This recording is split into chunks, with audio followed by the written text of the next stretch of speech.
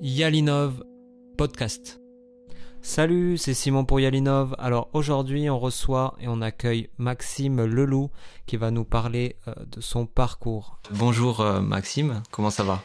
Bonjour Simon, ça va bien, Ouais. merci pour l'invitation, c'est un plaisir. Avec plaisir. Eh ben écoute, si tu veux nous dire deux mots sur ton parcours, peut-être d'où tu viens, comment tu t'es lancé un peu dans tes projets. Donc j'ai grandi en fait dans une ferme laitière dans le bocage ornais en Normandie. Mes deux parents sont agriculteurs au pied de la forêt, donc dans un petit hameau assez isolé, un cadre de vie un peu privilégié, en tout cas je le considère comme ça. Je m'en étais pas rendu compte jusqu'à récemment, mais je considère que c'est vraiment un privilège en fait. Et donc voilà, je fais mes études finalement assez classiques. Au début je fais des maths, donc rien à voir avec les jardins forêts, Ouais. ni les plantes sauvages comestibles, mais finalement un petit peu quand même, parce que dès qu'on s'intéresse aux plantes, on regarde comment on identifie les plantes, et en fait quand on regarde comment on identifie les plantes, on regarde leur géométrie, l'organisation dans l'espace. Et ça c'est une des approches des mathématiques, entre autres. Donc je découvre en fait en 2006 la permaculture, les jardins forêts.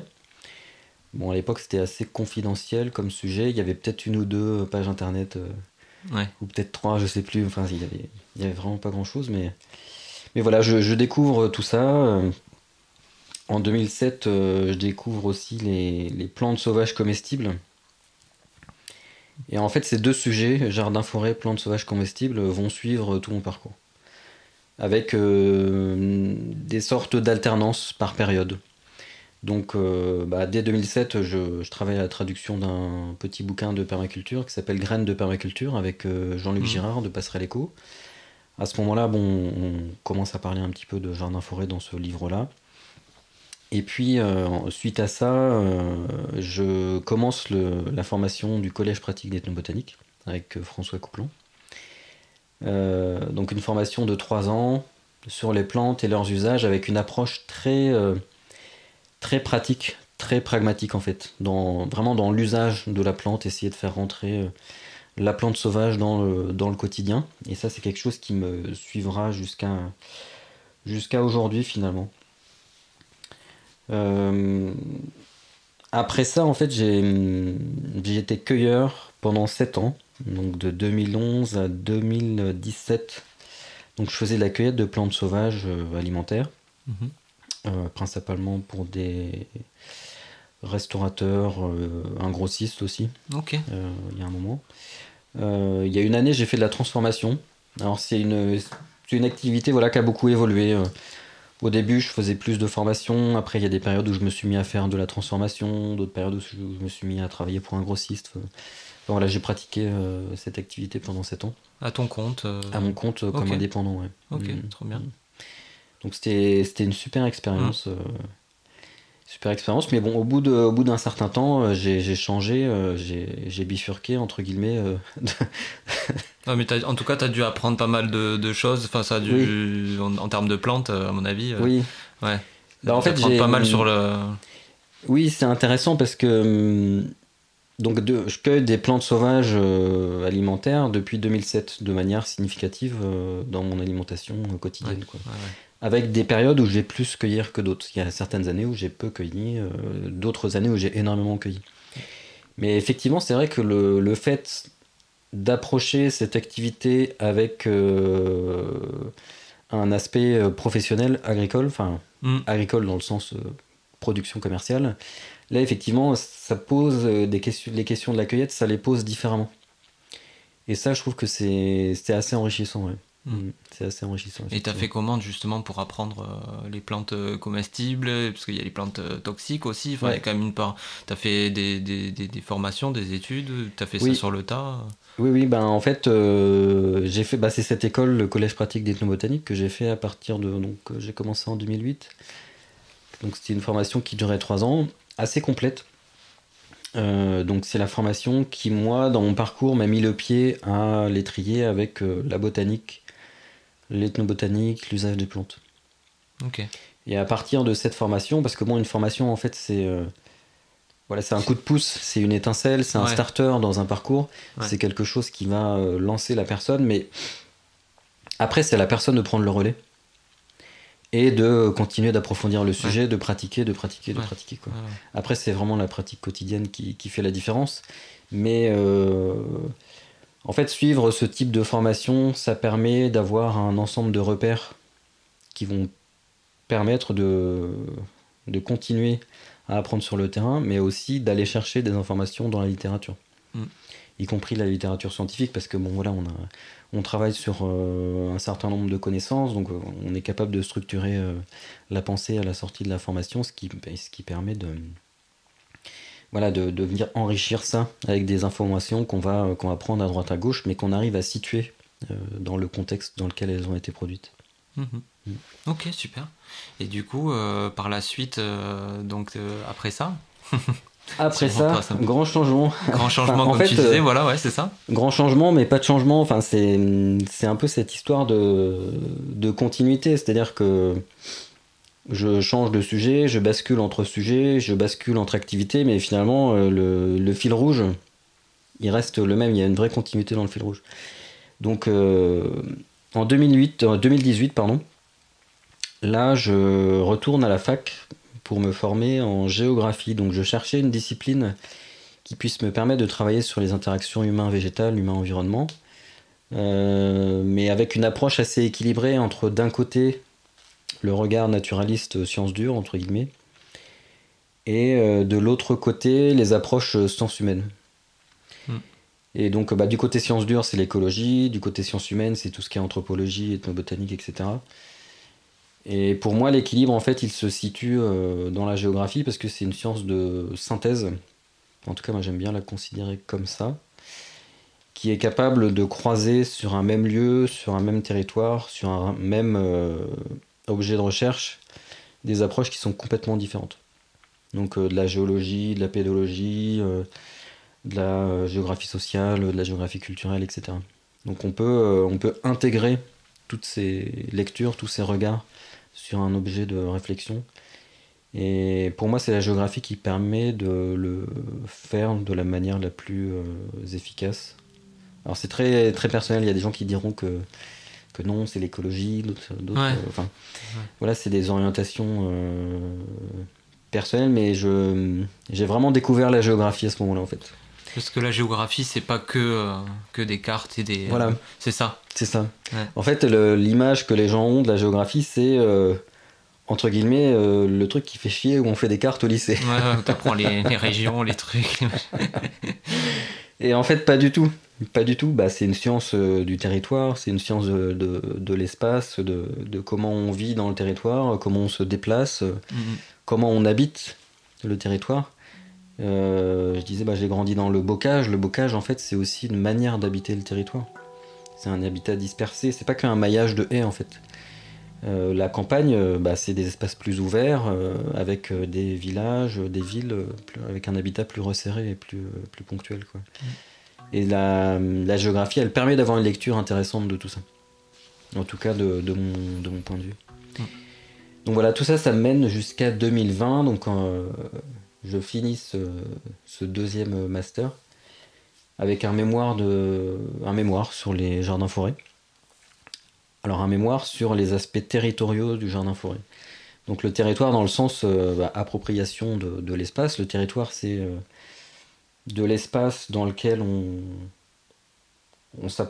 duquel on s'approprie, pardon.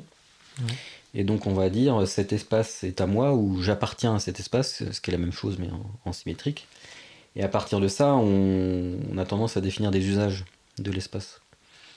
Donc ça crée des institutions, ça crée des jeux de pouvoir, etc. Et donc ce mémoire, ça a été l'occasion de travailler sur la construction de la séparation entre espace agricole et espace forestier. Ouais. Qui est une vraie dynamique territoriale qui s'est construite sur des siècles et des siècles, et qui encore aujourd'hui existe. En fait, elle existe depuis tellement longtemps, elle est tellement profondément ancrée dans notre culture que c'est une évidence qu'on ne questionne pas ou plus. Mais justement, c'est intéressant de questionner ces évidences-là. Parce que avant c'était principalement forestier, enfin si on remonte dans l'histoire. Ben, Euh, et après c'est l'impact de l'humain, l'artificialisation, enfin voilà, le fait ouais, qui a séparé un peu oui. enfin, la culture en fait, tout simplement, l'agriculture En qui a fait, amené à ça. il y a plusieurs dynamiques.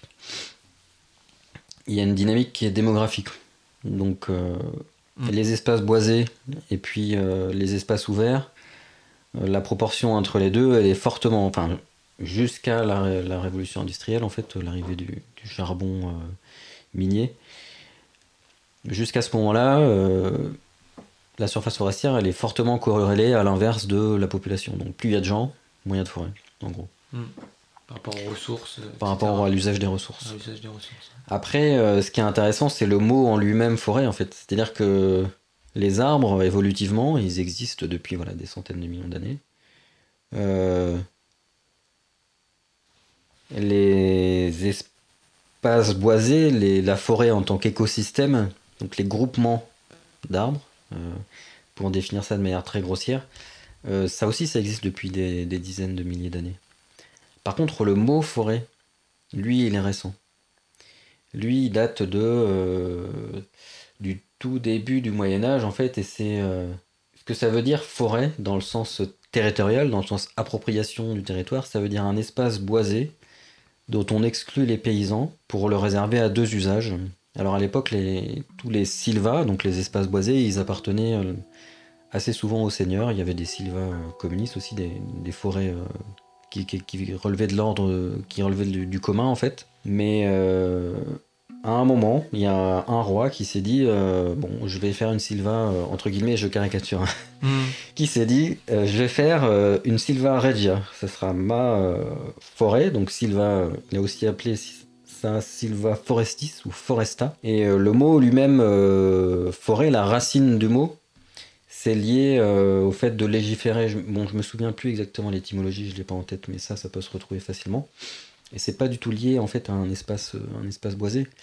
Et c'est le fait de légiférer pour se réserver un espace pour son propre usage. Parce que avant cette mise en défense, cette mise en forêt, ce qui existait apparemment, enfin d'après les sources historiques, parce que bon là, plus on remonte loin et moins Ouais. les sources sont claires et définitives sur ces sujets-là, mais ce qui existait avant, c'était des silvas, d'où le nom de mon activité actuelle, en fait, Silva domestica.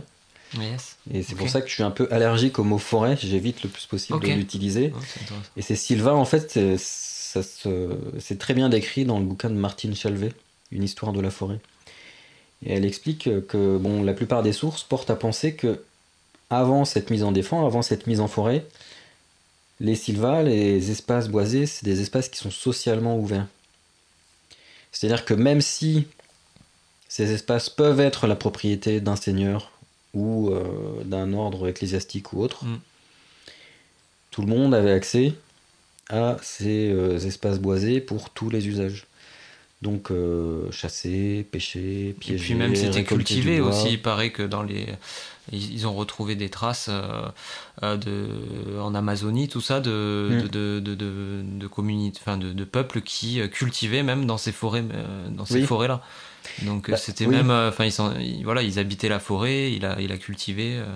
Et c'est là que ça devient intéressant en Ouais. fait, c'est que nous on a dans notre histoire à nous, Mm. dans l'histoire française, on a cet aspect-là où on a des traces qui nous disent oui c'était un espace socialement ouvert où ils pouvaient récolter du bois mort, Ouais. Des ce plantes qu'ils appelaient sauvages, le comme tu dis. mort-bois, des plantes Ouais. sauvages, tous les Mm. produits forestiers non ligneux, donc des fruits, des feuilles, des baies, du miel, des fruits à coque, etc. Mm. Ils pouvaient chasser, etc. Donc nous, les traces qu'on a, c'est des traces de pratique. Et quand on va chercher dans la littérature, et notamment la littérature sur les espaces tropicaux, là on trouve d'autres traces qui sont des traces sur les systèmes. Et justement en Amazonie c'est intéressant parce que bon, c'est aussi, c'est aussi assez triste finalement parce que la découverte de l'Amazonie elle a impliqué un choc bactérien, un choc microbiologique en fait qui a décimé la population amazonienne. Ok. Il y a des estimations qui disent qu'avant le contact avec les Européens, il y avait 10 millions de personnes dans le bassin amazonien. Et en fait, ce que nos naturalistes, nos explorateurs ont considéré comme de la forêt vierge, parce qu'elles étaient plus habitées au moment de leur découverte ou plus habitées au moment de leur exploration, même contemporaine,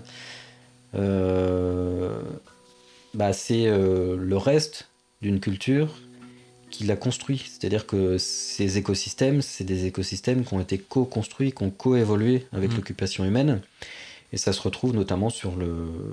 Il y a des études sur le noyer du Brésil qui montrent que finalement, la diversité génétique dans le bassin de l'Amazone, du noyer du Brésil, elle est très faible. Et une des explications de ça, ce serait le fait que ces noix du Brésil, elles ont été disséminées par les humains.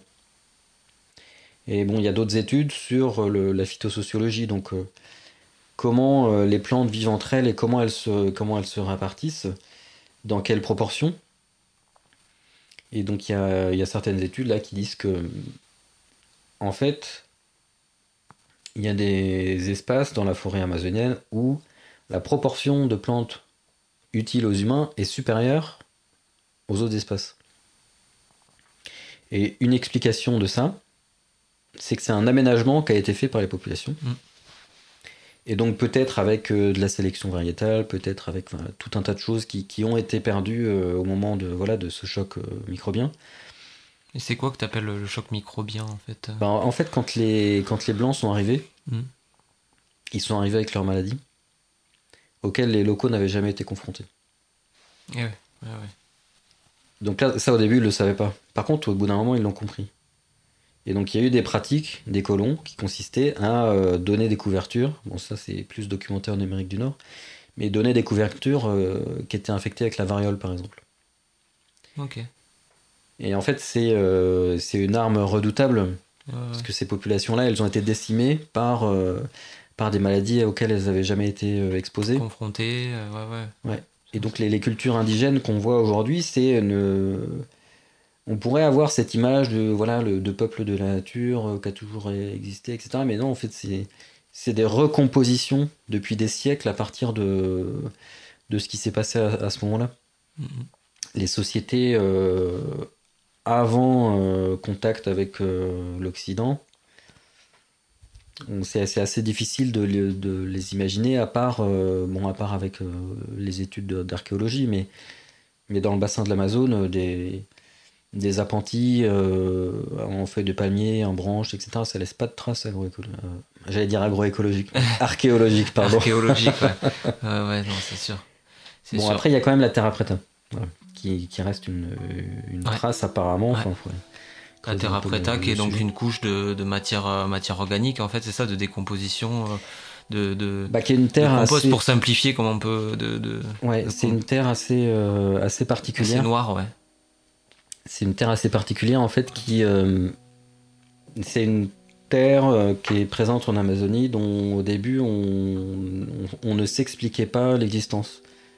Parce que chez nous, dans les milieux tempérés, la dégradation de la matière organique elle est lente.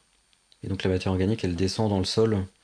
Et nos sols c'est quand ils sont bien structurés et qui sont fonctionnels. Notre sol c'est une interface assez épaisse entre la litière d'un côté et le minéral de l'autre côté, quoi. Mais dans les tropiques, tout va beaucoup plus vite.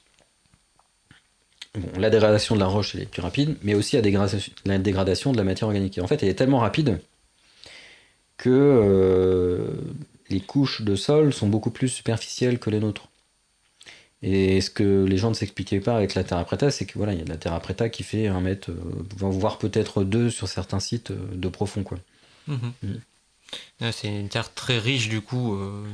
Avec un gros potentiel agronomique. Et agronomique, les micro-organismes, ça doit pulluler. Allez voir sur taper terra preta, vous allez voir un peu, c'est assez noir comme. C'est vers là qu'il faut aller quand on cultive un jardin, tout ça. C'est vrai que ça c'est le. Effectivement, c'est ce type de sol qu'on cherche. Donc un sol qui va être structuré, qui va être fertile. C'est ça. Qui va être fonctionnel. Donc du coup, peut-être que les jardins forêts, en fait, ça existe depuis. Est-ce que ça, comment dire, les forêts jardins existent depuis longtemps finalement, ou est-ce que c'est, voilà, c'est parce que là on en parle récemment.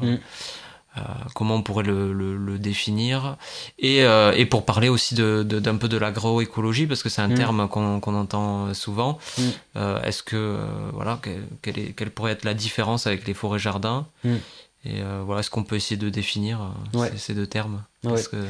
Donc on peut définir ces deux termes et puis effectivement replacer un peu historiquement la pratique du jardin-forêt. Bon, je vais me concentrer d'abord sur la partie jardin-forêt. Et bon, si je digresse, hein, tu me rappelleras de parler d'agroécologie. Donc, les jardins-forêts, forêts-jardins, forêts comestibles, qu'est-ce qu'il y a d'autre forêts gourmandes, enfin, il y a plein d'expressions. Ouais, c'est ça, c'est que j'ai l'impression il y a beaucoup de termes aussi, jardin-forêt, forêt-jardin, forêt comestible. On sait plus trop, forêt nourricière aussi. Forêt nourricière, bon, moi, je trouve ça intéressant parce que pour moi, culturellement, c'est le signe que les praticiens sont en train de s'approprier ce type de pratique. Et donc, voilà, on se cherche dans le jardin forêt. Ce qui revient quand même, c'est la forêt, quoi. Mais ce qui revient, voilà, il y a toujours ce thème d'espace avec du ligneux, d'espace boisé. Ouais. En fait, le mot, l'expression jardin-forêt, elle a aussi plein d'équivalents scientifiques en agronomie, en anthropologie. Et là, on parle d'agroforêt. Moi, j'aime bien cette expression-là, agroforêt.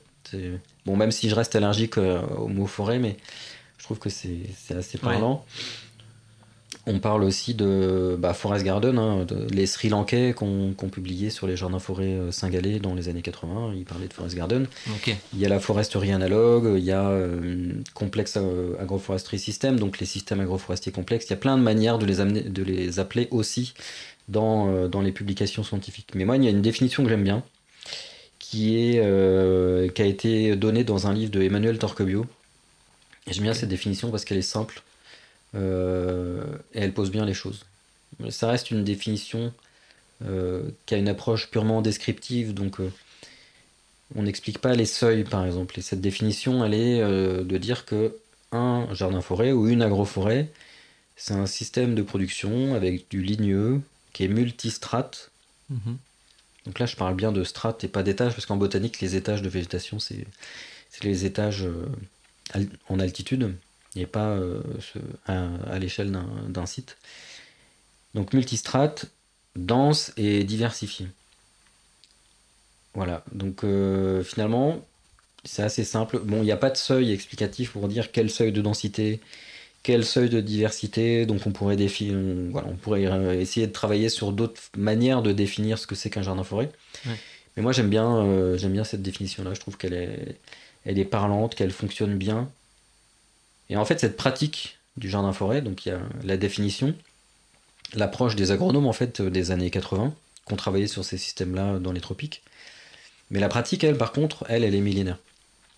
Elle existe vraiment depuis des milliers d'années, notamment dans les tropiques.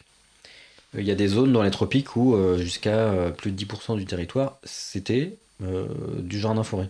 Avec différentes formes de jardin-forêt. Suivant, est-ce que c'est près de la maison, est-ce que c'est loin en forêt, est-ce que c'est loin dans la pampa, enfin, etc. quoi. Mais jusqu'à plus de 10% du territoire dans certaines régions du globe. Et puis il y a l'aspect comestible aussi et nourricier quoi. Donc c'était un peu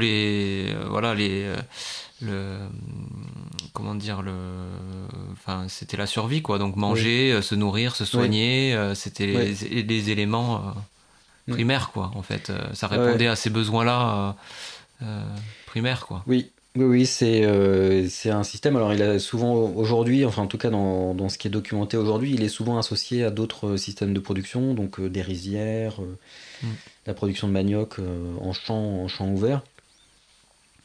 Mais effectivement, c'est des systèmes qui produisent des services qui sont extrêmement variés. Et moi, ce que j'aime bien en fait avec ce système-là, et là on retombe sur nos pattes un petit peu avec les plantes sauvages, parce que je disais tout à l'heure, je suis à l'interface entre les deux. Et le jardin-forêt, pour moi, c'est juste une manière différente d'aborder le sujet par rapport aux plantes sauvages. Je m'explique. Les plantes sauvages, on aborde un système de production entre guillemets. Alors il y a des gens qui diront c'est pas de la production parce que c'est de la cueillette. En fait pour moi quand je dis production c'est production alimentaire donc j'inclus tout. Voilà, je cherche pas à faire de rupture, Mm. de compartimentation à l'extrême, je trouve que c'est pas productif. Donc j'inclus tout.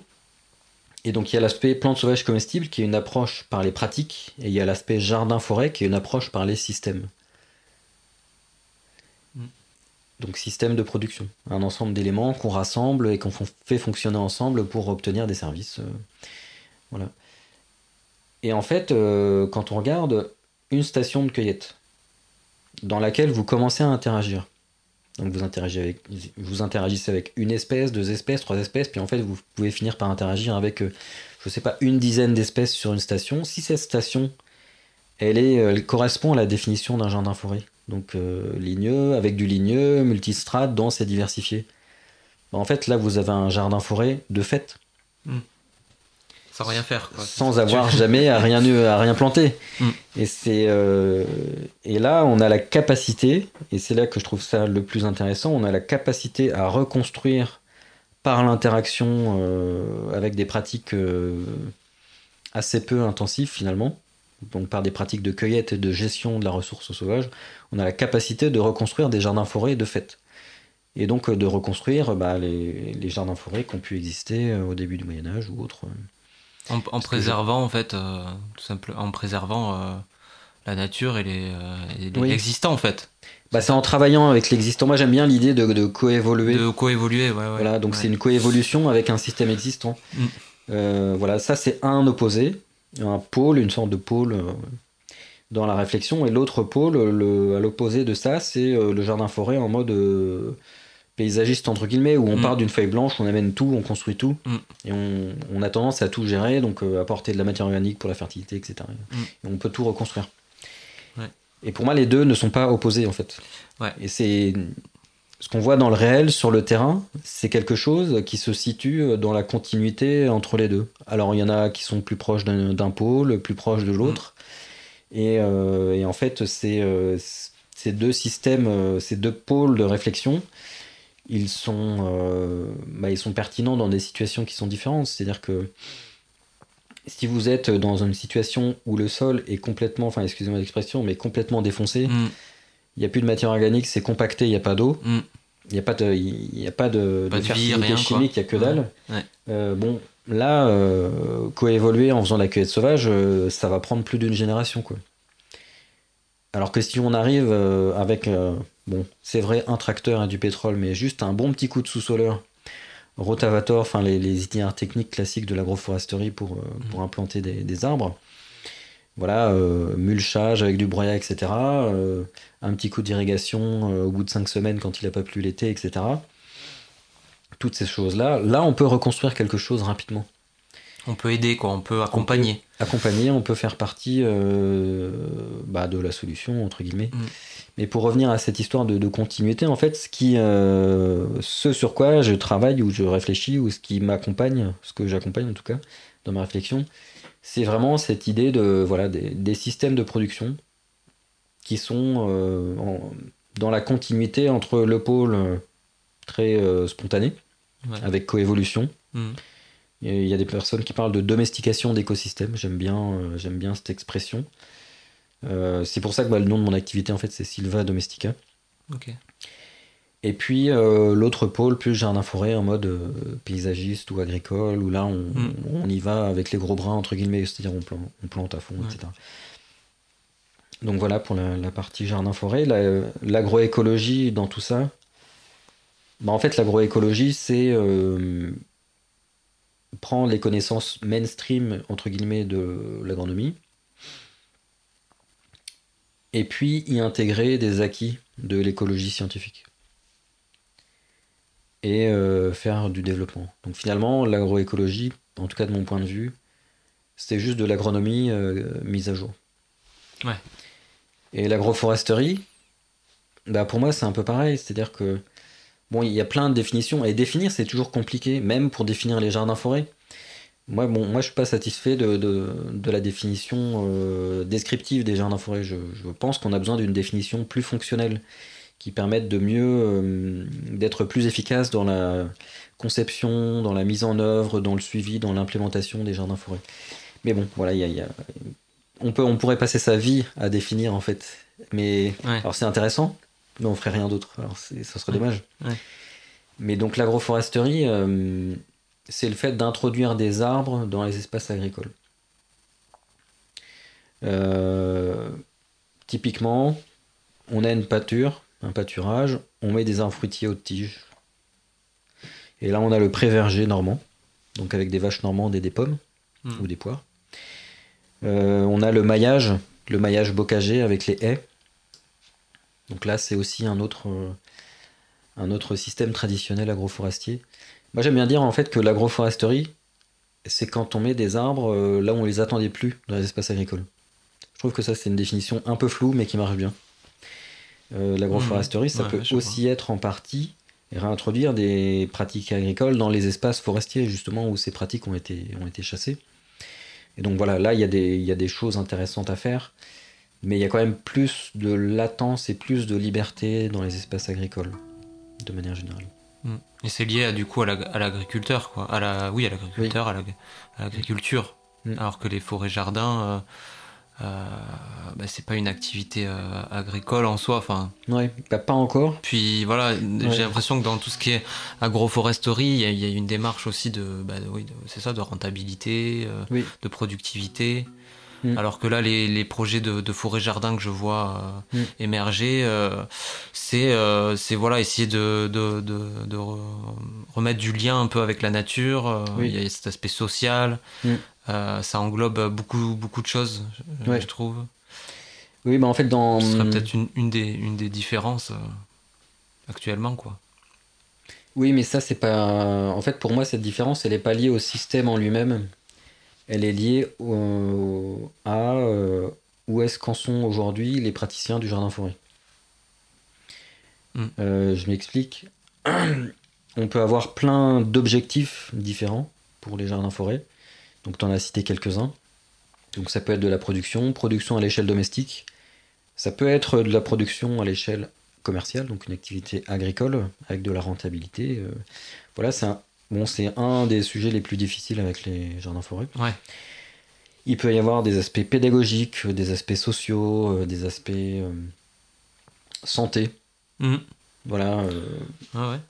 Santé, une forme éducative pour apprendre aussi. d'ortithérapie. Mm. Donc ortie, pas l'ortie qu'on cueille, mais l'ortie au sens de hortus, le jardin. Ouais. Donc il y a plein d'objectifs différents en fait qu'on peut attribuer à des jardins-forêts. Et bon, effectivement, comme cette pratique, moi je considère qu'elle est en train de revenir ici. C'est-à-dire qu'elle était déjà présente avant, il y a des siècles. Elle est en train de se réimplanter. Mais là, on est au tout début. Les surfaces de jardins-forêts en France, j'ai fait des estimations à la louche très très grossièrement, mais on en est à C'est des minime. 10 puissance moins 5%. Il n'y a même pas 0,001% de surface de jardin-forêt en France. C'est minime en fait par rapport à ce que aujourd'hui, sous les tropiques, il reste, malgré le fait qu'il y en ait plein qui ont été détruits récemment, quoi. Donc en fait, on n'est pas du tout au même point, et on est encore un peu dans la lune de miel avec le jardin-forêt, au niveau des projets. Donc effectivement, on est beaucoup sur des projets à aspect pédagogique, social. Ça marche très très bien. Ouais. Les jardins-forêts sont très adaptés pour ces objectifs-là. Des objectifs de production domestique, d'autonomie domestique. Ouais. Là aussi, là c'est très adapté. Et sur les aspects agricoles, en fait, bon là c'est plus difficile parce que finalement, il y a une différence entre la production domestique et la production agricole. C'est que vous avez besoin d'être plus ergonomique dans la production agricole. Parce que c'est pas les mêmes métriques. Dans la production domestique, on passe du temps. Alors on dépense pour acheter des outils, etc. On passe du temps et on obtient un produit qui est consommable. Et en fait, on a assez peu de pertes sur ces produits comparé aux activités agricoles. parce qu'on accepte de manger tout ce qui n'est pas calibré correctement, tout ce qui est mal conformé, qui a des défauts évolutifs, etc., etc. Ouais, puis tu as une diversité aussi de produits, enfin de plantes qu'il n'y a pas dans le commerce. Oui. Donc il faut aussi dire aux gens, ben voilà, il y a ces plantes, c'est quoi? Ouais. C'est, Alors que sur les activités agricoles, justement, tu cites un des points, c'est que l'activité agricole, bon déjà, c'est pas la même métrique, c'est-à-dire que au lieu de compter ton temps et la production que tu vas obtenir, tu comptes la production, ça c'est la rentabilité agronomique, mais tu comptes aussi ce que tu auras vendu, parce que la métrique, c'est la marge nette sur ton activité, sur la surface. Et le but, c'est d'avoir une activité qui est viable, c'est-à-dire que ta marge nette elle est capable de couvrir l'ensemble des dépenses avec un revenu pour l'agriculteur qui est décent par rapport aux heures qui passent, quoi. Et pour faire ça, il faut vendre ses produits sur un marché. Et en fait, les marchés alimentaires, c'est des marchés qui ont une certaine inertie. Alors là, je parle même pas des filières longues, là, je parle vraiment même des filières courtes. Donc, on peut introduire des nouveaux produits, mais de mon point de vue, en tout cas, pour les jardins forêts agricoles, on ne peut pas se baser que sur des nouveaux produits, quoi. Celui qui veut faire un jardin forêt aziminier, feuilles de Tunas sinensis, feuilles de tilleul, etc., et qui veut aller faire le marché avec ça, va falloir qu'il fasse beaucoup de marketing, de storytelling, et qu'il choisisse vraiment scrupuleusement sa clientèle. Parce qu'il ne pourra pas vendre dans le village du coin où les gens, ce qu'ils achètent, c'est ils ont leurs habitudes, pommes, tomates, carottes, patates, oignons, quoi. Et donc ça, c'est une des particularités avec les projets de jardin forêt agricole, c'est de trouver un moyen de s'insérer dans le marché. Il y a de la place pour expérimenter, pour introduire de nouvelles cultures, ça c'est pas un souci. Mais là, il y a des arbitrages à faire sur les proportions qui sont assez importants. Et puis le deuxième point, c'est l'ergonomie du système. Parce qu'en fait, c'est plus difficile d'être rentable dans une activité agricole que d'être rentable dans une activité domestique. Parce que dans une activité domestique, il y a peu d'investissement, il n'y a aucune charge sociale, il n'y a pas de TVA, etc. Donc finalement, c'est la rentabilité, j'ai presque envie de dire que c'est secondaire dans les jardins domestiques. Mais surtout aujourd'hui où il y a encore un réseau de distribution alimentaire qui fonctionne super bien, où il y a des biocoop partout, il y a des supermarchés partout, il y a des marchés de producteurs un peu dans tous les villes et les villages. Donc entre guillemets, quand on se loupe avec une production dans un jardin domestique, on peut se rattraper. Par la diversité des plantes, des productions en fait. Oui, on peut se rattraper par la diversité, mais aussi on peut se rattraper en allant acheter de la nourriture à la biocoop, par exemple. Ah oui. Alors Alors quand tu dis domestique, en fait, c'est l'autonomie. Ah oui, j'ai pas précisé. Quand je dis domestique, pour les activités, c'est une activité qui est non monétarisée. Ok. C'est-à-dire, jardin de forêt domestique, je fais mon jardin forêt chez moi, dans ma parcelle. Jardin forêt agricole, j'ai une entreprise, un statut agricole. C'est pour ça que je disais tout à l'heure, c'est pas les mêmes métriques. J'ai un statut agricole. Donc je paye des cotisations, je paye de la TVA si j'ai un certain chiffre d'affaires, etc. Et je cherche à obtenir une viabilité économique de mon activité. Et c'est pas la même approche. C'est pas la même approche, c'est pour ça que je disais, c'est pas les mêmes métriques, c'est pas les mêmes objectifs et c'est pas les mêmes enjeux. C'est-à-dire que quand on est sur de la production domestique, là on est dans des enjeux qui sont réduits. Parce qu'il y a tout le réseau de distribution autour de nous sur lequel on peut aller se rattraper pour aller faire les courses à la biocoop quand on a foiré un truc. Quand on est sur de la production agricole, là c'est quand même il y a des enjeux plus forts. Parce que là, sauf si c'est une activité agricole secondaire, mais quand c'est l'activité agricole principale, c'est la source de revenus principale qui est en jeu. Et donc c'est là que il y a quand même des enjeux qui sont beaucoup plus élevés. Ok, super. Après, c'est vrai que comme moi je vois aussi le futur, enfin, quel serait selon toi le futur justement de cette agriculture? Parce que c'est vrai que là, réchauffement climatique, sécheresse, tout ça, j'ai l'impression que les jardins forêts quand même apporte pas mal de solutions là-dessus et on voit aussi les grosses firmes arriver qui prennent beaucoup de place sur tous ces champs agricoles. Ouais. Enfin, en termes d'agriculture, justement, Ouais. comment tu vois le futur?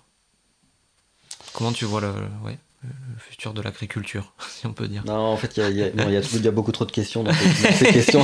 C'est libre, après, voilà, tu... Mais je vais approcher le sujet de cette manière-là.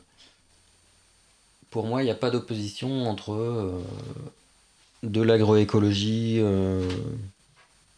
type agriculture de conservation des sols, où on fait du blé sur luzerne avec un tout petit peu de chimie. Il n'y a pas d'opposition entre ça et les jardins forêts. Parce que les jardins forêts, ça prend la place, quoi. Enfin, si on veut l'installer, par exemple, Oui. en jardin forêt agricole, du coup, comme tu dis, il faut de la place, il faut convaincre les agriculteurs, il faut... Oui. Convaincre... non, je pense pas qu'il faut convaincre les agriculteurs, il faut accompagner ceux qui ont envie de le faire.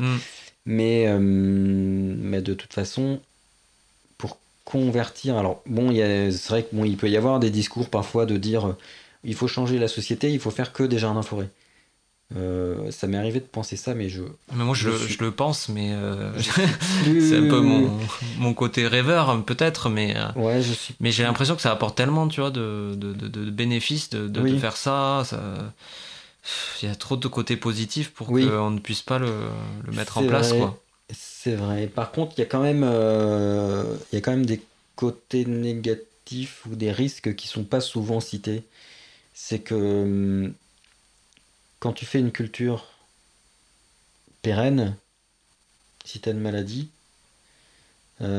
typiquement maladie sur châtaignier, le temps de relancer une autre culture pérenne en production, ça prend beaucoup de temps. Avec des annuels, c'est une saison. Tu foires une année, tu recommences l'autre. Et moi, ce que j'aime bien, c'est d'utiliser tout ce qui est à notre disposition. Et tout, ça inclut aussi les annuels. Ouais. Alors, pas forcément tout au même endroit, mais c'est pour ça que je pense qu'au niveau du territoire, pour moi, tout a sa place. Alors, ça fait rêver, c'est sûr, hein, d'avoir une société, une population qui se nourrit exclusivement de produits issus de jardins-forêts. Je pense qu'il y a quand même une forme de fragilité au niveau ravageur maladie sur les productions. Ouais. Parce que justement, on n'a pas les annuels pour se rattraper. Enfin, en tout cas, on pourrait carrément envisager, enfin, dans un jardin forêt, enfin, tel que moi je le vois, ça serait quand même aussi avec des annuels. Hein. Oui. Ça serait pas que de la forêt, parce que cultiver sous les arbres, c'est compliqué avec l'ombre, etc., l'exposition, mais avoir des effets de lisière comme il y a dans la nature, en fait, et là où on pourrait cultiver. Après, voilà, c'est effectivement, il y a l'élevage qui rentre en compte, il y a... Et en fait, si on dézoome, on retrouve un peu les systèmes traditionnels agro-sylvo-pastoraux. Ok. Alors, c'est simplement la densité, les formes qui sont différentes, c'est plus des champs carrés avec du bocage, etc. Mais finalement, on retrouve une répartition dans l'espace des différentes activités qui sont l'élevage, production annuelle, production de plantes pérennes. Ok. Et là, on est allé trop loin dans un sens. C'est-à-dire qu'on est allé trop loin dans la plante annuelle. C'est ça. Avec tout un système, toute une pensée. La monoculture, quoi. C'est ça, là, donc la monoculture, toute une pensée qui se met en place dans les institutions, dans les pratiques, dans le matériel, dans la tête des gens, en fait. On est allé beaucoup trop loin là-dedans, mais on n'est pas encore allé au bout. Parce qu'au bout de ça, justement, c'est l'agriculture de firme. C'est une logique de holding. Des chiffres, Voilà, qui possède la terre. En fait, c'est plus les agriculteurs qui possèdent la terre. Il y a une émission là, partager c'est sympa sur YouTube. C'est quelqu'un qui dénonce, qui fait des investigations un peu dans tout ça, et qui disait que un tiers donc des parcelles agricoles, enfin des agriculteurs vont partir à la retraite, et que ça va être racheté par des grosses firmes, etc. Et que du coup on perd un peu toutes ces terres, quoi. Ouais, ça peut être racheté. Ouais. Je crois que c'est un des derniers rapports de Terre de Lion sur le foncier agricole, justement. Comment le foncier agricole a évolué depuis les années 90-2000. Ouais. Donc oui, effectivement, il y a ce nouveau phénomène qui arrive au niveau foncier, qui est que c'est plus des agriculteurs qui sont propriétaires de la terre ou des agricultrices, c'est des sociétés avec des montages en holding, etc. Et donc, l'agriculture rentre encore plus dans le capital. Il y a un bouquin de deux sociologues, l'un des sociologues il s'appelle François Purseigle. Okay. Et le nom du bouquin c'est Un monde sans agriculteurs. Il est sorti il n'y a pas longtemps. Il parle de cette agriculture de firme en fait. D'accord.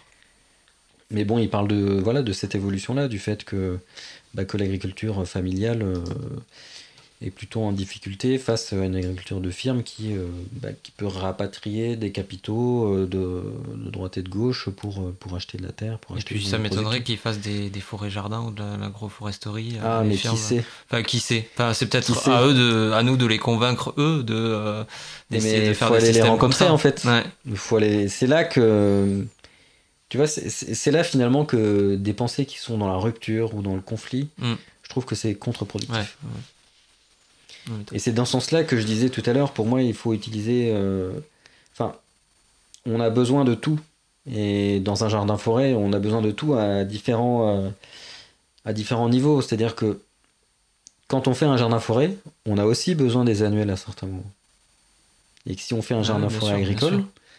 Et au début, on peut avoir besoin des annuelles maraîchères pour viabiliser l'activité en attendant que les arbres se mettent à produire. Parce qu'en fait, on ne peut pas vendre à un agriculteur un modèle dans lequel la marge nette elle va être négative pendant 10 voire 15 ans. Ça reviendra à dire... j'ai un collègue, un ancien collègue, Philippe Brion, que je salue au passage. Quand je parlais de ça avec lui, il me disait c'est comme si tu donnes un parachute à un gars, tu lui dis vas-y, saute. Mais je t'assure, le parachute va s'ouvrir. Faut avoir confiance. Donc, non, pour moi, il faut... Voilà, on a besoin de tout utiliser. Les annuels, les animaux, y compris les ruminants.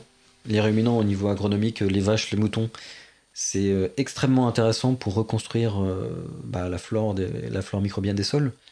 Ouais. C'est une espèce d'incubateur sur pattes que tu nourris avec de l'herbe en fait. Donc, là, je vois pas comment on peut faire plus écologique. Il n'y a pas besoin d'avoir des super labos qui travaillent sur des souches de je sais pas quelles bactéries pour vendre des nouvelles poudres qu'on va mettre dans des pulvérisateurs en version bio, quoi.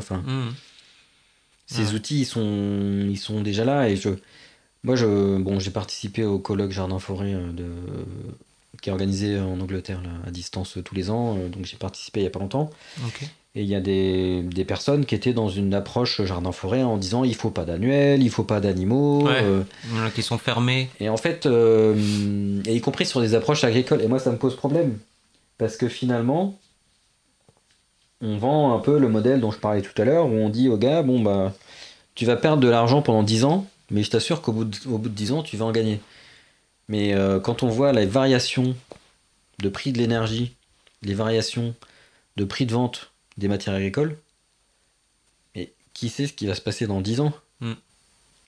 Alors ça sera peut-être à l'avantage des systèmes jardin-forêt, etc., puisque les coûts de l'énergie qui aujourd'hui sont extrêmement bas, donc les coûts de l'énergie gazole non routier, et puis électricité pour les agriculteurs sera peut-être beaucoup plus élevé. Donc ça favorise un peu plus les systèmes qui font appel à du travail manuel, voire de la traction animale. Mais bon, pour l'instant, on n'y est pas encore. Donc voilà, il y a une histoire d'étape. C'est-à-dire que aujourd'hui, pour moi, c'est aussi important de faire des jardins-forêts chez soi, si on a envie, et si ça répond aux objectifs qu'on a fixés. Donc c'est aussi important de les faire chez soi que de les faire dans l'espace public, que de faire des systèmes agricoles et que de faire du développement agricole avec des approches agroécologiques, agroforestières sur les systèmes classiques qui existent déjà. Parce que concrètement et très pragmatiquement, si on veut transformer la France en jardin-forêt, mais aujourd'hui, on n'a pas les plans, on n'a pas la ressource. Les pépinières sont déjà prises d'assaut tous les ans. Surtout sur les plantes de jardin-forêt. Sur les plantes de jardin-forêt, mais même sur les plants forestiers. Oui. même sur les plans forestiers. Et en fait, il y a une telle tension sur les fournisseurs que cette tension, elle rebondit sur les fournisseurs des pépiniéristes.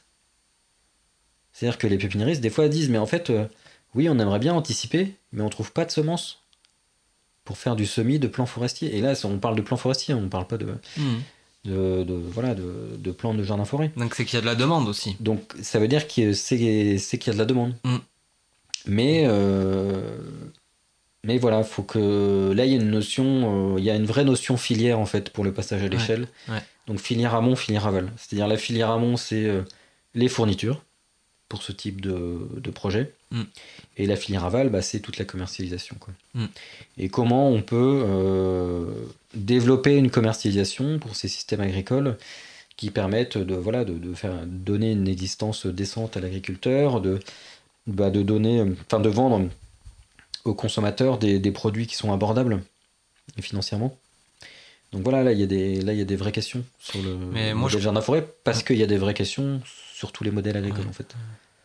Et moi je crois assez à la force de l'exemple aussi, tu vois, de montrer des projets justement. Le Bec est loin par exemple, hein, c'est vrai que moi j'ai découvert il y a un petit moment, hein, mais c'est vrai que ça donne envie. Et puis eux ils sont aussi un peu dans l'expérimentation de rendement de leur culture. Enfin tout ça, ça peut être des exemples aussi, et c'est un effet boule de neige, quoi. Je pense que c'est comme ça qu'on peut petit à petit transmettre. Et puis ça peut partir d'un petit jardin de chez soi, comme tu dis. Hein.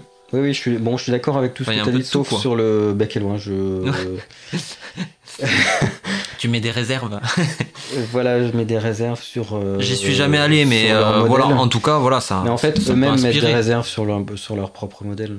Ouais. C'est-à-dire que ils ont fait des expériences, y compris sur les jardins forêts agricoles, mais quand on lit leur rapport, et c'est eux qui l'écrivent, hein, ils ont eux-mêmes reconnu que ce qu'ils ont appelé mini jardin forêt, en fait, c'est beaucoup plus une approche paysagère du jardin forêt qu'une approche vraiment agricole, et ça se voit dans le tracé des chemins, notamment. Donc non, moi, sur les jardins forêts agricoles, je trouve que ce que font les Hollandais est très inspirant. Ce qu'ils appellent commercial food forest ou rational food forest. Donc c'est des alignements monospécifiques, voire monovariétaux, avec les plus grands au nord, les plus petits au sud. Bon, c'est presque plus un jardin forêt, il y a plus le côté diversité, moi, etc. Je le vois, mais voilà, c'est un des deux gros modèles qui se dessinent sur les jardins forêts agricoles. Le deuxième modèle, c'est la haie fruitière multistrate. Donc voilà, ça c'est plus développé en France. Mais finalement, quand on pose les contraintes de l'agriculture et qu'on croise avec ce que les gens essayent de faire dans les jardins forêts, et au bout d'un moment, on arrive à ces deux systèmes-là. Ces deux systèmes, c'est-à-dire c'est-à-dire que au lieu de se dire je vais faire un jardin forêt avec énormément de diversité, énormément de densité, et je vais essayer d'en faire quelque chose d'agricole, il y a une démarche qui est une démarche de conception en agronomie, de partir des différentes contraintes pour construire un système qui réponde à ces contraintes et surtout à ses objectifs, les objectifs qu'on a fixés pour lui. Donc si on veut le faire en mode jardin-forêt, une des contraintes, c'est l'ergonomie du système, c'est une contrainte majeure. L'ergonomie pour les récoltes, etc. Pour les récoltes, pour les accès. Ensuite, une deuxième contrainte, c'est la contrainte de la complexité en fait. C'est-à-dire que, et ça c'est un travers qu'il y a beaucoup, pas qu'en France, mais dans les jardins-forêts de manière générale, il y a une tendance, et j'en ai parlé au colloque jardin-forêt il y a 2 semaines je crois. En fait, dans l'écosystème jardin-forêt, entre guillemets, il y a une tendance à considérer que plus c'est compliqué, mieux c'est. C'est-à-dire que dans la conception du système, la complexité, c'est une composante du système. Moi, je pense que c'est une erreur. Et je pense que c'est une erreur parce que c'est assez souvent anti-ergonomique dans ce qu'on voit sur le terrain. Je pense au contraire que une démarche qui est beaucoup plus cohérente, c'est de réfléchir sur les espèces qu'on veut introduire, donc les espèces alimentaires typiquement pour une production agricole. Réfléchir aux contraintes agronomiques, réfléchir à tous les éléments qu'on a besoin de positionner, d'insérer, de placer pour que tout ça fonctionne bien. Donc on part, disons, avec 10 espèces, pommiers, poiriers, des cassis, groseilles, mélisse, menthe, je te fais un exemple tout simple qui sort de tête vite fait, quoi. Donc tu as ces plantes-là. Ensuite, tu vas les organiser pour pouvoir suivre la production et récolter de manière simple. Donc là, ça veut dire, ça implique plein de choses sur les cheminements. Puis ensuite, ces plantes, elles ont des besoins. Donc tu vas chercher à combler ces besoins avec d'autres éléments du système, qui vont être soit des plantes, soit la présence ou le passage d'animaux à certains moments, typiquement de la volaille pour essayer de gérer le carpocaps sur les pommes, des trucs comme ça. Et donc quand tu commences à assembler tous ces éléments-là, qui sont le produit d'une réflexion sur les objectifs, les contraintes, et le produit d'une réflexion, d'une conception en fait, et ben là tu obtiens quelque chose de complexe, mais la complexité finalement c'est plus la composante, c'est la résultante de la démarche. C'est-à-dire que c'est une complexité a posteriori. C'est complexe parce que la réponse qu'on a construite est complexe. C'est pas complexe parce qu'on a voulu a priori que ce soit complexe. Voilà. En fait, c'est complexe parce que les objectifs, les contraintes et les besoins des plantes qu'on a voulu introduire, quand on articule tout ça, ça construit quelque chose de complexe. Mais c'est pas juste moi je mélange le plus possible parce que de toute façon ça va marcher, s'il y a de la biodiversité ça marche. Ça moi je suis pas tu le vois pas comme ça parce que quand on voit Fabrice Desjours, c'est ça, de la forêt gourmande, lui j'ai l'impression que c'est un peu sa démarche du côté assez désorganisé, enfin assez sauvage du jardin forêt, quoi, et de venir cueillir.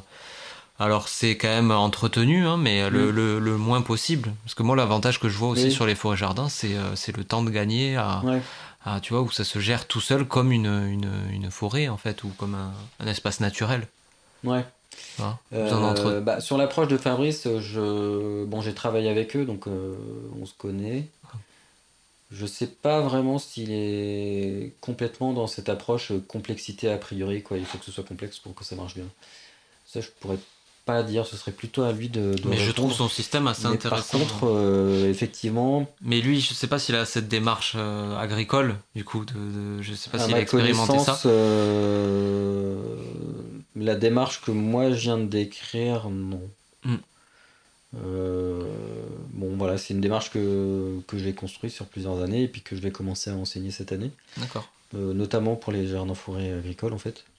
Mais donc oui, effectivement, sur les jardins forêts, la définition que j'ai donnée tout à l'heure, en fait, elle est super large et c'est pour ça que j'aime bien. C'est-à-dire que système de production ligneux, multistrate, dense et diversifié. En fait, là-dedans, on peut mettre des choses extrêmement différentes. On peut mettre le côté domestication d'écosystèmes, quelque chose d'extrêmement sauvage, et on peut mettre des choses beaucoup plus productives.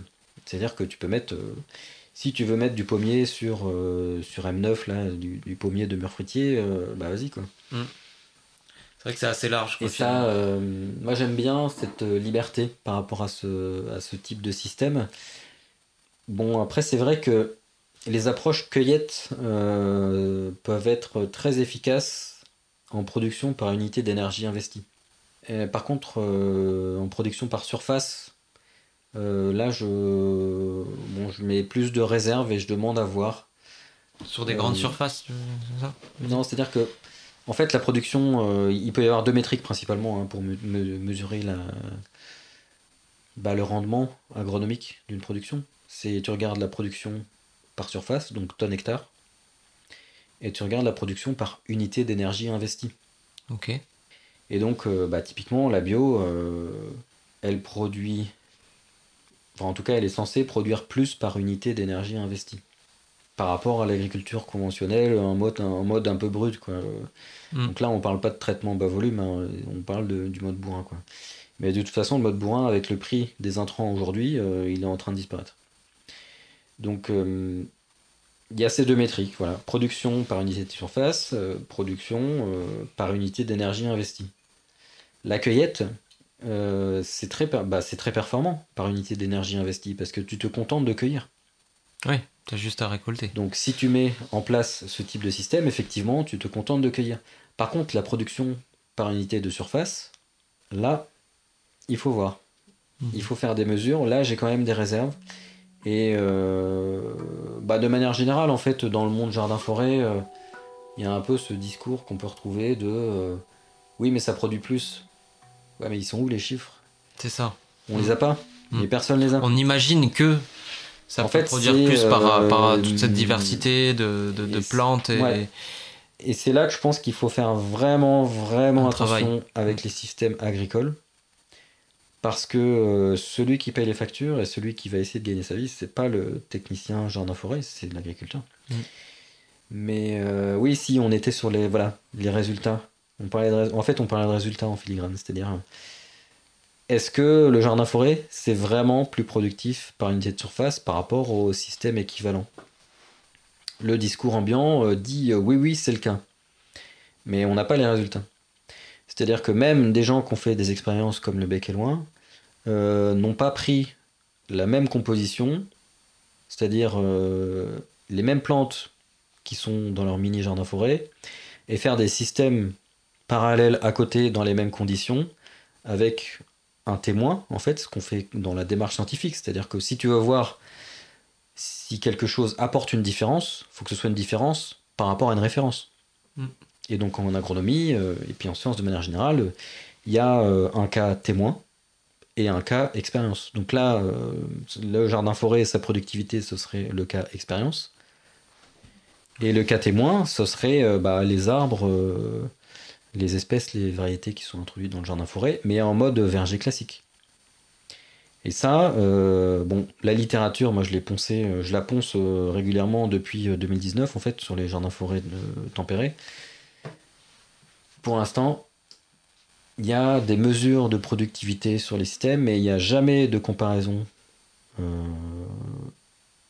aux références techniques. En tout cas, j'en ai pas trouvé dans ce que j'ai lu.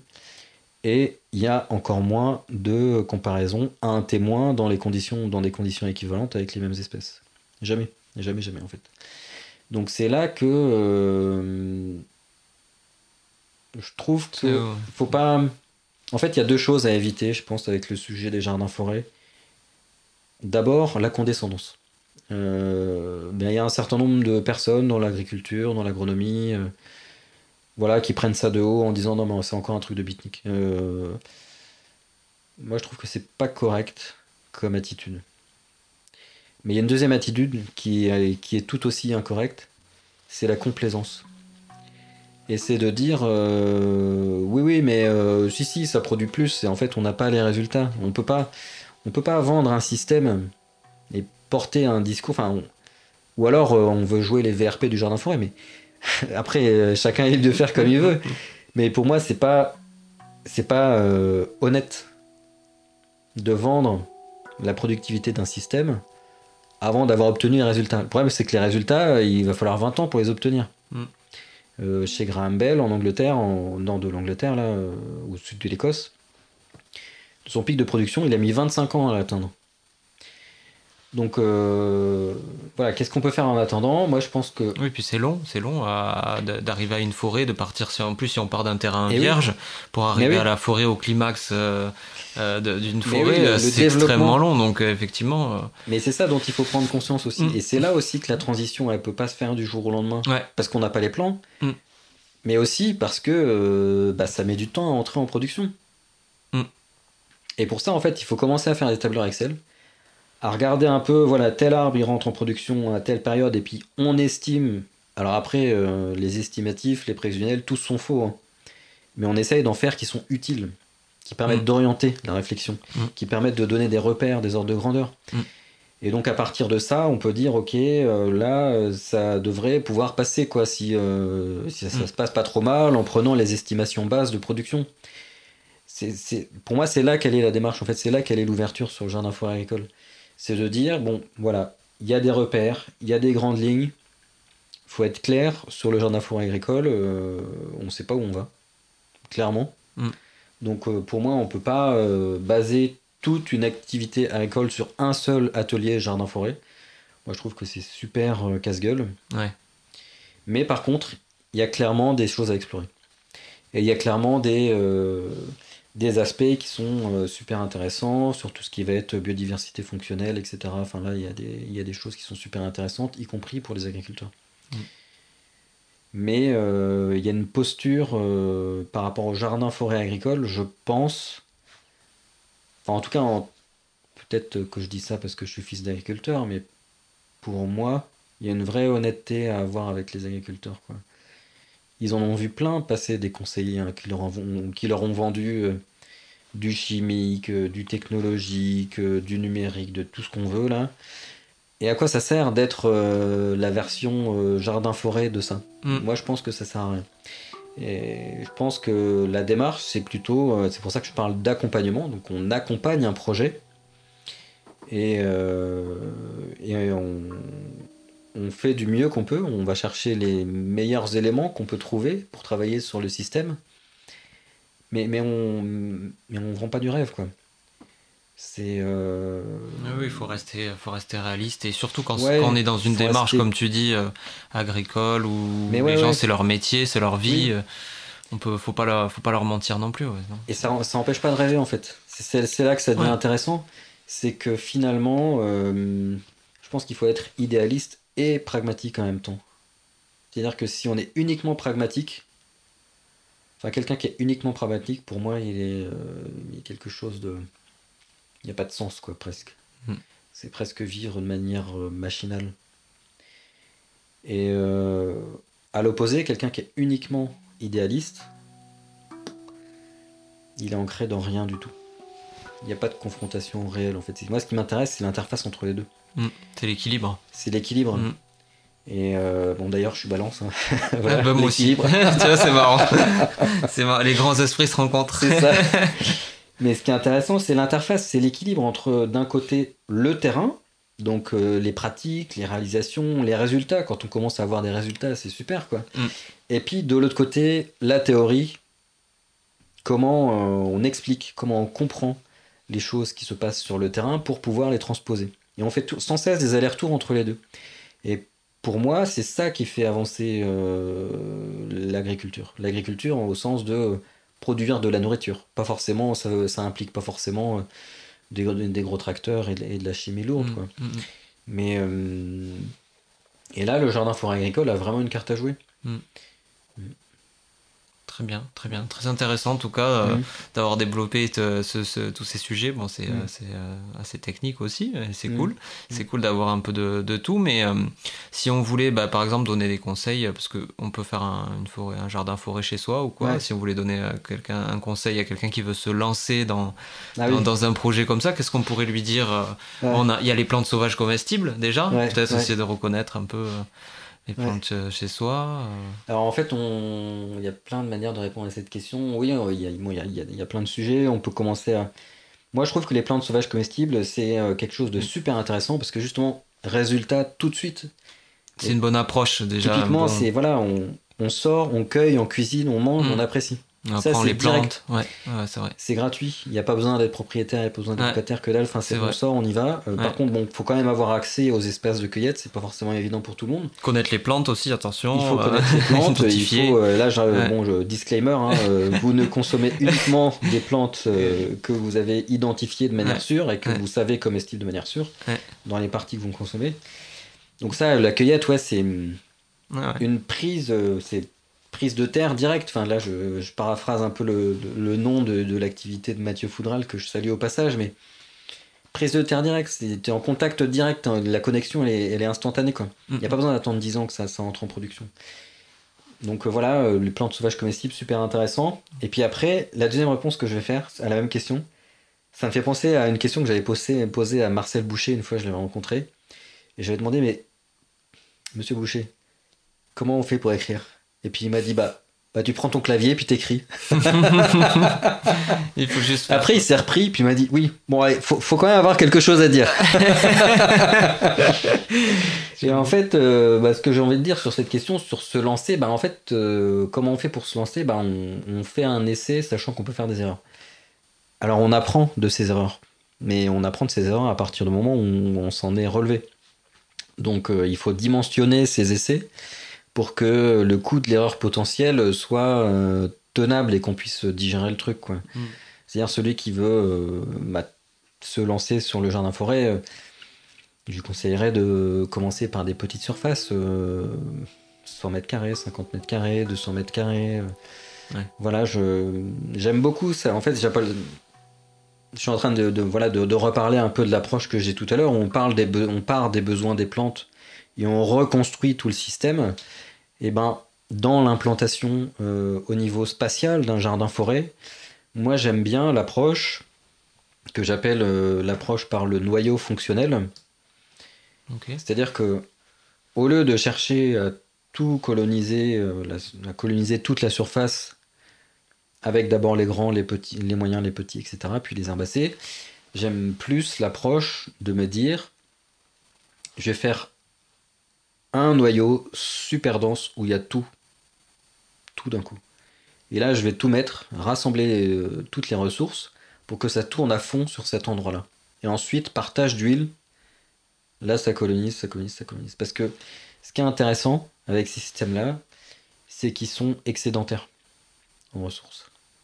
C'est-à-dire qu'un système qui est très fonctionnel, qui a passé tous les seuils fonctionnels, il va produire plein de tout, de la biomasse, des greffons, des boutures, tout.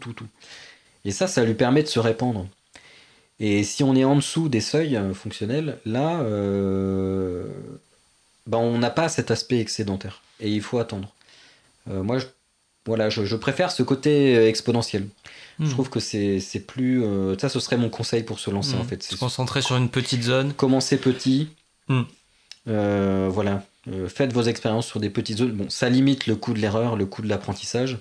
Mais ça permet quand même d'apprendre. Donc là, c'est toujours intéressant.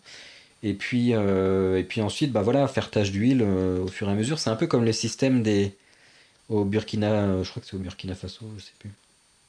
Enfin, au Sahel, il y a le système des ailles. Et qu'est-ce qu'ils font dans les ailles? En fait, ils creusent des trous.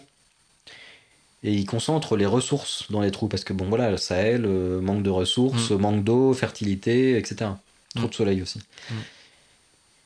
Et au lieu de cultiver en plein sur la parcelle, ils cherchent à modifier un peu la micro-topographie de la parcelle pour concentrer les ressources là où ils vont mettre la semence des plantes qu'ils cultivent.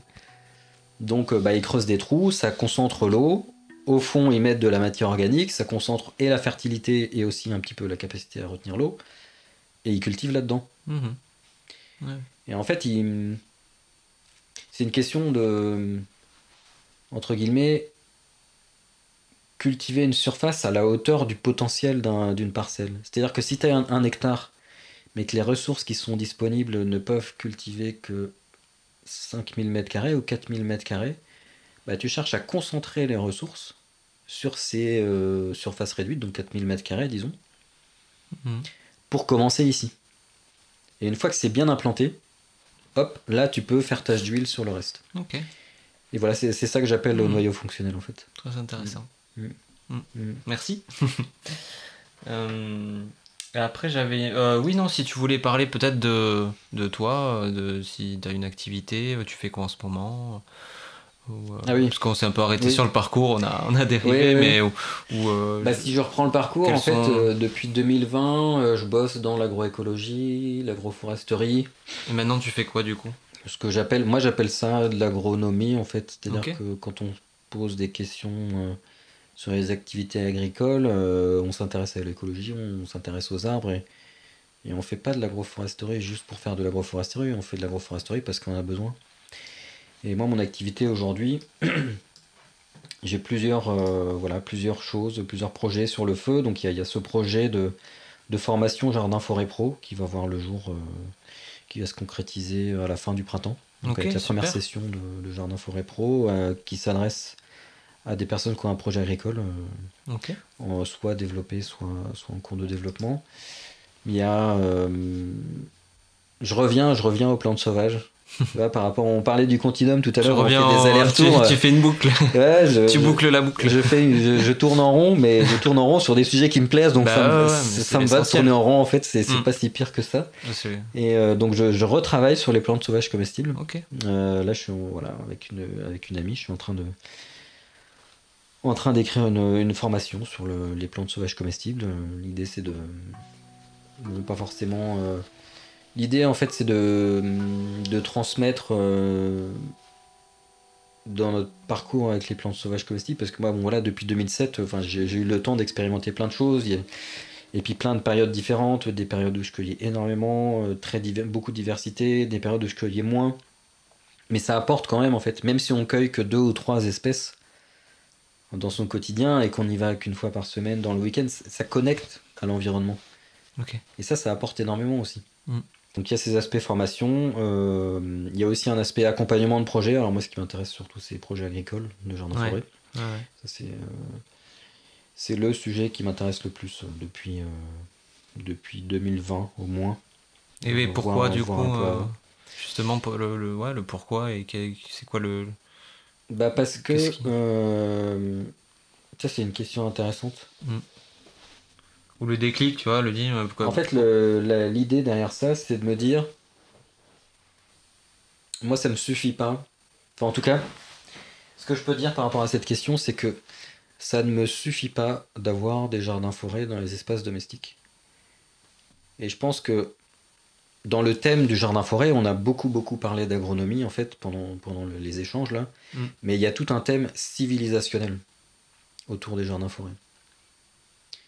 En fait, le jardin-forêt, il est porteur d'un vrai projet de société, un projet de société complet qui concerne tout, qui concerne la culture, les représentations, les discours, les pratiques, les comportements, etc. Enfin, c'est porteur d'un projet social complet. Parce que je pense, et je suis persuadé, dans une approche très pragmatique en fait, que si on veut que le jardin-forêt puisse réaliser concrètement tout son potentiel social et culturel, c'est absolument nécessaire que le jardin-forêt devienne une puissance économique qui est capable de peser dans les rapports de force agricoles et sur les filières. Et ça ne peut se faire qu'avec des jardins-forêts agricoles. Ouais. Et ça ne peut se faire qu'avec un passage à l'échelle. Et donc là, il y a de l'adaptation, il y a plein de choses à construire. Et effectivement, ça demande de s'éloigner un peu du jardin-forêt dans sa version très luxuriante. Mais pas tant que ça, finalement. Et je suis persuadé que ça pourrait changer énormément de choses, en fait, au niveau social et culturel dans le monde. Okay. Je pense que c'est... Enfin, j'en reviens à l'idée de rêver, finalement. Ouais. C'est... J'adore le rêve que le jardin-forêt est capable de provoquer, de susciter chez les gens. Mais ça me suffit pas. Moi, ce que je veux, c'est trouver le moyen de le mettre en place concrètement et de manière très pragmatique, très efficace. Et donc le rêve, le rêve, c'est une ouverture, c'est infini, ça appelle à plein de choses. Par contre, le point de départ, c'est ici et maintenant, aujourd'hui, dans notre contexte à nous. Avec voilà, l'agriculture telle qu'elle existe, les filières telles qu'elles existent, l'énergie qui, bon, voilà, même si les coûts à la pompe ont augmenté, en fait, quand on regarde le coût de l'énergie, le coût en euros à unité d'énergie équivalente entre le pétrole, l'électricité et le travail manuel. Le travail manuel, aujourd'hui, il est encore largement plus cher que le coût travail électrique ou travail énergie fossile. Donc des tracteurs dans les champs, on en verra encore pendant longtemps. Tant qu'il y aura la ressource. Voilà, tant qu'il y aura de la ressource. Et pour l'instant, il y en a encore. Donc voilà, on travaille avec ça. C'est une question... Pour moi, c'est une question d'échelle de temps, quoi. C'est-à-dire que... oui, on peut faire des jardins-forêts en mode luxuriant à l'échelle domestique. Mais pour l'instant, sur les marchés, et là je parle vraiment d'une approche économique pure et dure, et de la capacité à créer ce rapport de force dont je parlais tout à l'heure, sur les marchés, Là, le travail manuel a du mal à faire le poids. En fait, le travail manuel, il fait le poids quand il y a du storytelling, quand il y a énormément de marketing et qu'on va sur des marchés de niche. Mais si on veut changer la société à son échelle globale, s'adapter, on n'est pas sur des marchés de niche. Ou en tout cas moins sur des marchés qui sont moins nichés. Alors après, les marchés de niche, ils ont leur intérêt aussi. Ils peuvent permettre d'explorer, de développer des systèmes de jardins-forêts agricoles. Expérimenter, montrer l'exemple. Ouais. Donc voilà, pourquoi finalement je m'intéresse aux jardins-forêts agricoles. Puis en fait, je m'y intéresse aussi parce que dès que je me suis intéressé au sujet des jardins-forêts, là, vers 2006, très vite, je me suis dit mais je veux faire un jardin-forêt agricole. Et après, dans mon parcours, j'avais pas les moyens d'acheter un terrain, donc je me suis dit, allez, je vais commencer par faire de la cueillette, comme ça après, quand j'aurai de l'argent, je pourrai acheter un terrain. Ok. En fait, c'est... Tu l'as eu très tôt, quoi, ce truc de jardin-forêt agricole, quasiment dès le début, mais en même temps, je suis fils d'agriculteur. Je veux dire, comment j'aurais pu aborder le sujet différemment ça a été un peu une combinaison, en fait, de... Mais on se rend pas compte à quel point on est influencé par d'où on vient. Enfin, ça, faut prendre du recul par rapport à son parcours pour vraiment bien s'en rendre compte. Donc, quasiment dès le début, en fait, j'ai eu cette envie de vivre de ce type de système, mais pas avec des stages ou des formations, de vivre en termes de production, quoi. Et après, mon parcours a fait que, on va en fait là où on a la possibilité d'aller, donc ça nous fait prendre des chemins détournés, puis finalement on finit par arriver là où est-ce qu'on veut aller. Mais il faut accepter en fait de prendre des chemins détournés, parce que si on se bute sur oui mais je veux faire ça exactement et je veux le faire de cette manière-là, en général ça marche pas, je pense. C'est une question de fin et de moyens, c'est-à-dire que ce qui est important, c'est d'arriver à l'objectif qu'on a envie d'atteindre. Et des fois, trop déterminer la route pour y arriver, en fait, c'est de se fermer des portes qui permettent d'y arriver. En tout cas, moi, je vois les choses comme ça. Je vois la chose, ouais. Ok, super. Super. Merci en tout cas. On arrive sur la fin de cet entretien. J'avais juste pour finir peut-être trois petites choses. Alors, j'aurais bien aimé avoir 3 plantes que tu affectionnes. Comme tu es dans les plantes, je pense que t'en connais pas mal. Ensuite, c'est un livre ou une musique ou quelque chose, savoir si tu fais de la musique toi ou voilà. Et un mot, la dernière est pas facile, un mot pour le futur. Alors 3 plantes. Je vais donner 3 plantes pour 3 raisons différentes. La première, c'est l'ortie, parce que c'est une base alimentaire incontournable, qui est super bonne, qui est super productive, qui je m'étais amusé à faire des calculs une fois pour une conférence. En fait, si vous êtes en dessous de la médiane des revenus français, alors ça, ce calcul, je l'ai fait avant inflation en plus, mais si vous êtes en dessous de la médiane des revenus français, c'est plus intéressant pour obtenir des protéines complètes d'aller cueillir des orties et de les cuisiner chez soi, plutôt que d'aller bosser pour ensuite aller acheter des steaks bio ou du tofu bio à la Biocop, quoi. Trop bien. Donc tu vois, c'est... Et là on est dans... J'aime bien ces approches-là, parce qu'en fait on est dans de l'économie, dans de l'agronomie, mais domestique. C'est-à-dire que il y a tout l'aspect agricole, commercial, monétarisation à outrance, etc. Mais il y a aussi des leviers énormes à activer dans l'économie domestique qui est non monétarisée.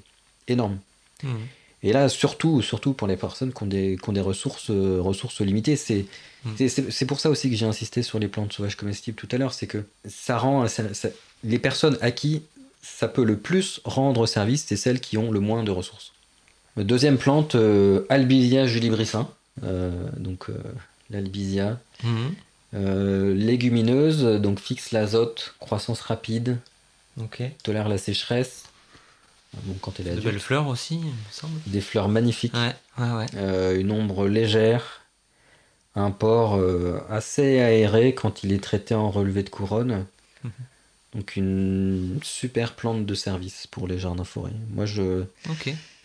En fait, il y a plein de manières de travailler sur le thème des jardins forêts. Moi, mon dada en ce moment, c'est de travailler sur l'approche plante de service. C'est-à-dire quelle plante je vais installer dans un système pour soit le régénérer, soit le réguler.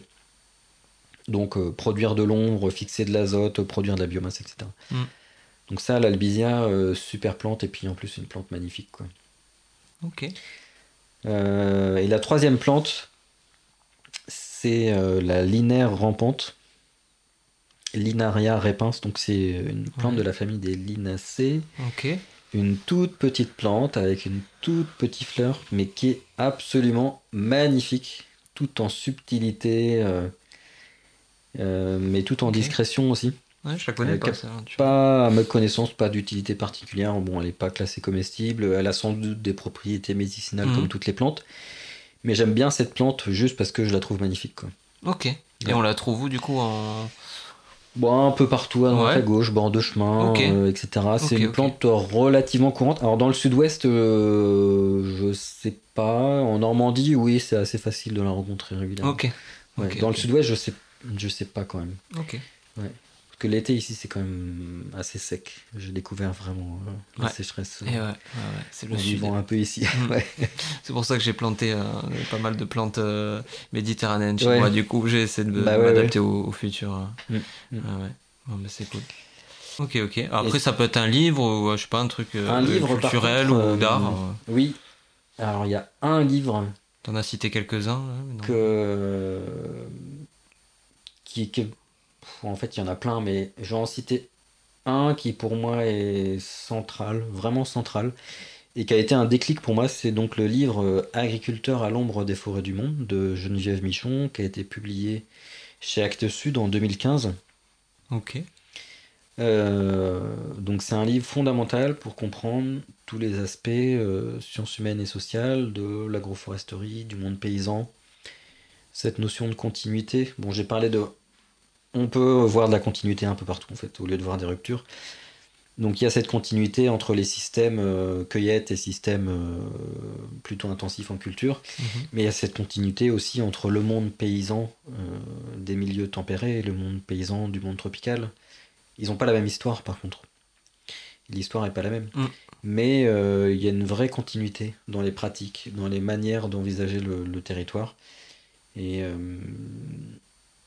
voilà, j'aime énormément son approche. livre. C'est quelqu'un que voilà, c'est une personne que j'admire. Ça qui t'a inspiré du coup Ouais. Pour moi, ça fait partie des. Enfin, on se dit des fois, si on gardait 10 bouquins seulement, lesquels on garderait. Bon, celui-ci, il fait partie des 10 pour moi. Ouais. Ok. Voilà, c'est vraiment une pensée, une personne que j'admire énormément. Ok. Bon, si t'en as d'autres, tu peux partager aussi. Ouais. N'hésite pas. Alors, il y a un autre livre que j'aime beaucoup, enfin un autre auteur que j'aime beaucoup, c'est Augustin Berck, Berque. Donc c'est un géographe beaucoup moins connu qui a travaillé sur la géographie culturelle. Donc lui, son approche, c'est l'approche de la mésologie, donc il travaille sur les milieux. Le milieu, c'est un ensemble de lieux avec des relations. Et tout ça, ça se réalise dans le temps. Donc il y a des réinterprétations. Ces réinterprétations de l'environnement, du paysage, elles créent des nouveaux paysages. Donc il y a une évolution comme ça permanente. Je trouve que c'est une pensée qui est hyper pertinente pour penser le monde d'aujourd'hui. Ok. Et qui est par contre assez difficile.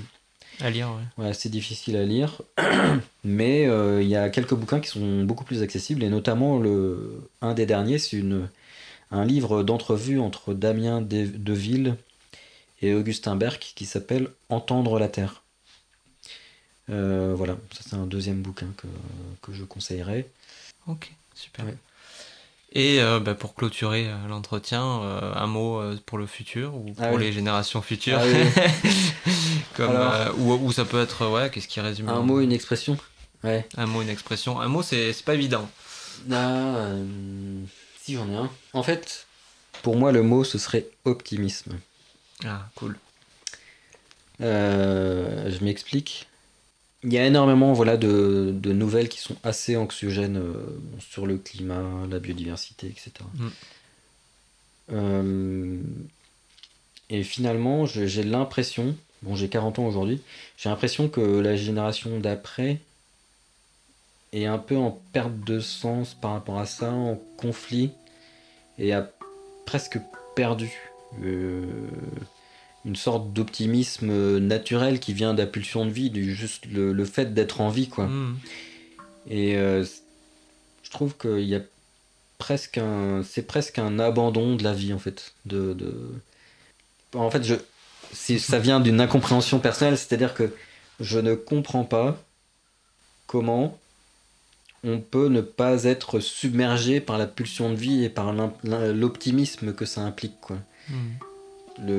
L'expression, le mot, ce serait de continuer, de toujours continuer. On ne peut pas s'arrêter. Alors il y a plein de choses à améliorer, bah allons-y. Alors on peut se concentrer sur des nouvelles qui sont mauvaises, etc. Mais on peut aussi choisir un sujet, l'approfondir, et en fait plus on l'approfondit, plus on voit que ça évolue très vite. Et que ça avance en fait. Et au bout d'un moment on se rend compte qu'on peut faire partie des gens qui font avancer tel ou tel sujet. Et c'est dans ce sens-là l'optimisme ou la pulsion de vie, quoi. C'est ouais, on y va, quoi. Ouais, on y va, on fonce. On fonce, ouais. Et on en a besoin en tout cas de ce mot, je pense. Mais dans oui. Le monde actuel. Ouais. Mais à fond, donc c'est cool. On a besoin de vivre avec notre pulsion de vie, quoi. On peut pas. En tout cas, je trouve pas ça vivable de chercher à amoindrir cette pulsion de vie juste parce qu'il y a des mauvaises nouvelles, justement. C'est parce qu'il y a des mauvaises nouvelles que cette pulsion de vie, elle est cruciale. Ça n'a jamais été aussi importante qu'aujourd'hui. Ok, super. Ben, optimisme. Oui. Merci beaucoup, Maxime. Merci beaucoup à toi, Simon, pour l'invitation. Merci d'avoir écouté jusqu'au bout ce podcast. N'hésitez pas à nous rejoindre sur les réseaux sociaux ou sur notre site yalinov.fr pour nous soutenir. Voilà, à la prochaine. Yalinov Podcast.